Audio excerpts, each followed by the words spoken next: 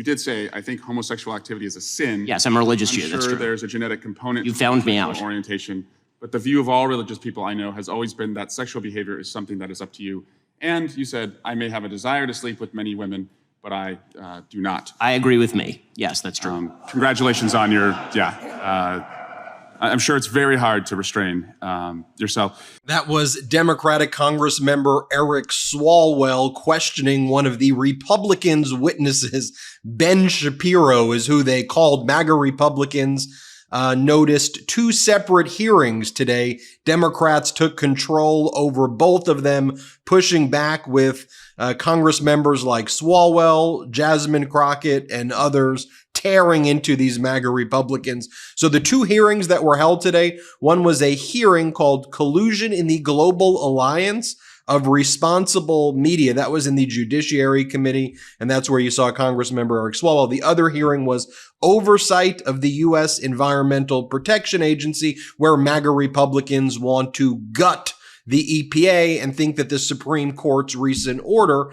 regarding agency decision-making is a carte blanche authority to just stop any regulations to help our environment. Let me show you here. Democratic Congresswoman Jasmine Crockett going on the offense. Play the clip. When we look at where this money is going from this administration, Rep. Jordan's district got $500,000. The chair's district got about $1.6 million in EPA grants. Rep. Green's district got $500,000. Rep. Luna's district got $300,000, and Rep. Perry's district got $1 million. So for Republicans that may feel a way about EPA and it allegedly pushing a woke agenda, I just want to know, can we get the money back? I'll yield. Sure. Next up, we have MAGA Republican Congress member James Comer talking about how he likes to eat McDonald's. Play the clip. Chairman, forgive me. Do you know what the cost of 10-piece chicken McNuggets is today? Well, I buy a lot of chicken nugget meals. It's under $5. It's $4.49 at the closest one you can get here. They're just, I mean, and Impossible Nuggets are even less. So there's no inflation at McDonald's, Mr. Ashkin. I would say I spend more money at McDonald's than any person in Congress, and I'll stand by that. I'll testify under oath. Well, my three kids. We certainly don't mean to bankrupt you with our environmental regulations when you go to McDonald's. But. And by the way, one of the things that these MAGA Republicans don't tell you when they go, well, you know, look, the cost of chicken McNuggets are up, or use any other type of food product. You know what's also up? Record profits at these businesses. Just take a look at McDonald's record profits, by the way. McDonald's gross profit for the 12 months ending March 31st, 2024 was $14.6 billion, a 9% increase year over year. It's not revenue, that's gross profit. And by the way, the CEO of McDonald's, Chris Kempczynski, received a pay package just over $20 million, by the way. And then the CFO made $10 million. The president of McDonald's International made $8.3, and the USA president made $7.45 million.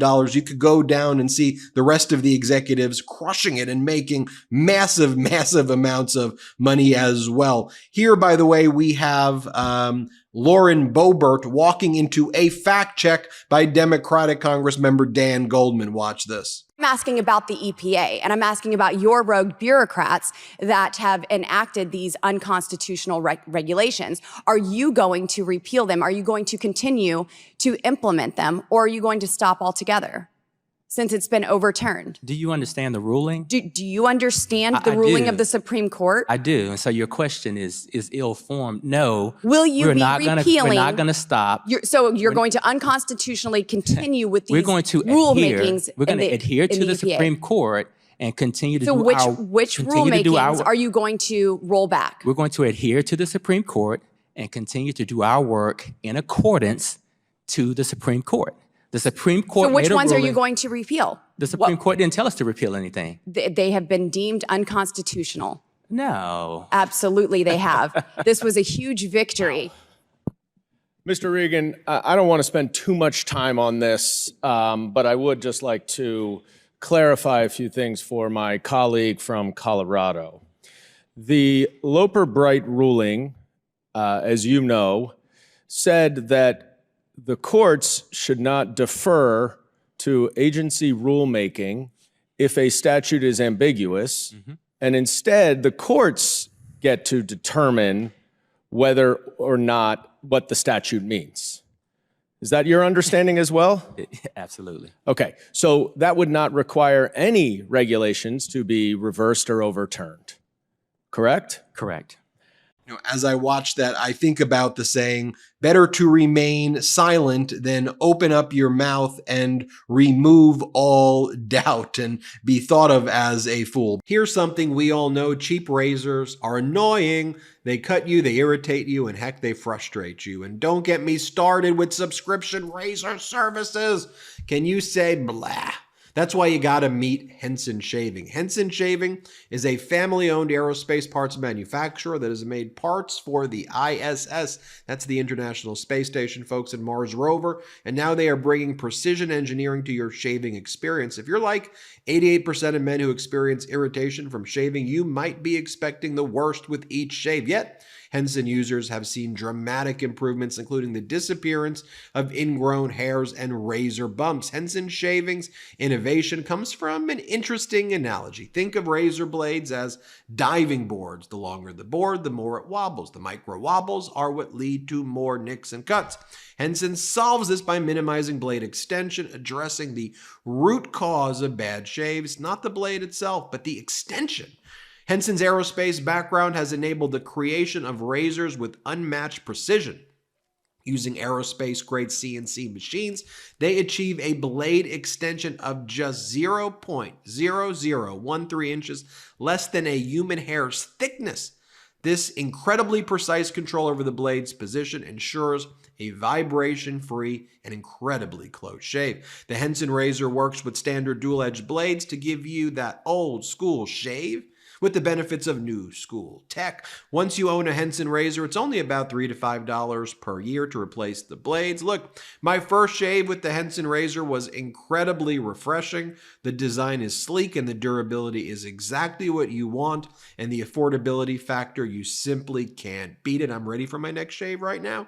It's time to say no to subscriptions and yes to a razor that'll last you a lifetime. Visit HensonShaving.com/Meidas to pick up the razor for you and use the code Meidas, M-E-I-D-A-S, and you'll get 2 years worth of blades free with your razor. Just make sure you add them to your cart. That's 100 free blades when you head to HensonShaving.com/Meidas, M-E-I-D-A-S, and use the code Meidas. That's HensonShaving.com/Meidas and use the code Meidas. By the way, here is Lauren Boebert one more time here saying to the EPA administrator, again, false facts, and you'll see how the EPA administrator deals with it. Play the clip.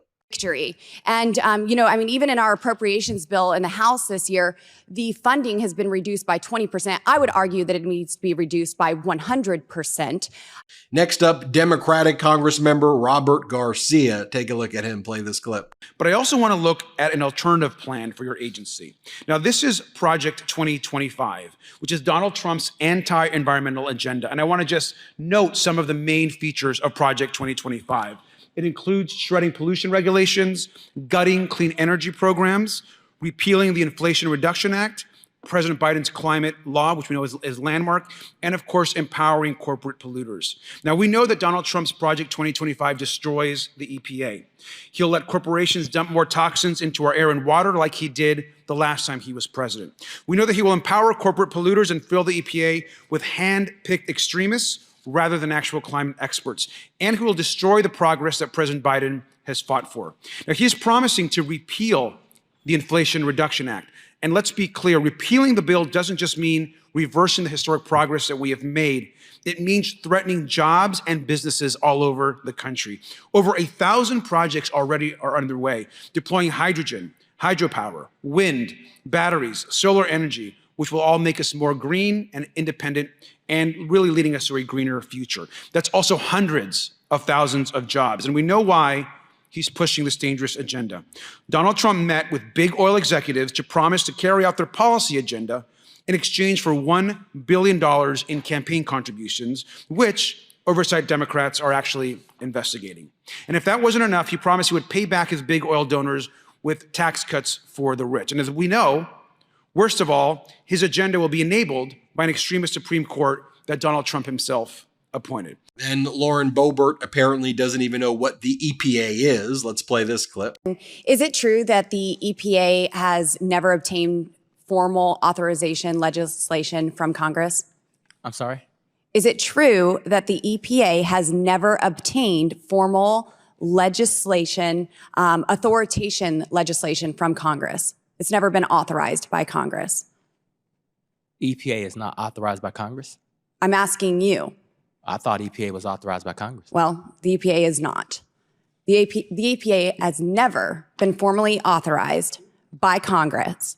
And EPA Administrator Reagan is no fan of Lauren Boebert's grandstanding. Watch this. It's just shocking. You spend so much time with our regional staff and regional administration in Region 8 and have such productive conversations about how we're doing things for your district and your state. And then you take this microphone and you I've also seen the coal plants that have been decommissioned in my state. 100% we should not I've exist. seen the energy regulations that have regulated my district into poverty. You're spending time with my staff. Sure. In your of district. course I am. I have oversight over your staff, and I want them to answer. I want them to provide a service for the American people. Complimenting them but there about are the so much. partnerships. Yes, there are some things that have been done well, but we not should be everything. 100% When we removed? have $617 billion per year in rulemaking, that is absolutely absurd. When you are taking our affordable clean energy and regulating it out of existence and killing these good-paying jobs in my district, yes, I have a problem with that. Sure. Yeah. My time has expired, and I yield. Then you have the Republican Congresswoman from Michigan, Lisa McClain, just not reading what the actual EPA says, but just putting out these Fox talking points that are just complete lies. So the EPA administrator has to explain there is no 70% EV mandate that exists. Our policy and program was rolled out with the support of unions and the workers. Like, read the actual regulations and read what we're actually saying before you just parrot Fox talking points. Watch this. Very quickly, there are a combination of technologies that can meet an environmental standard, and the regulation suggests that up to 60% could be met with EVs.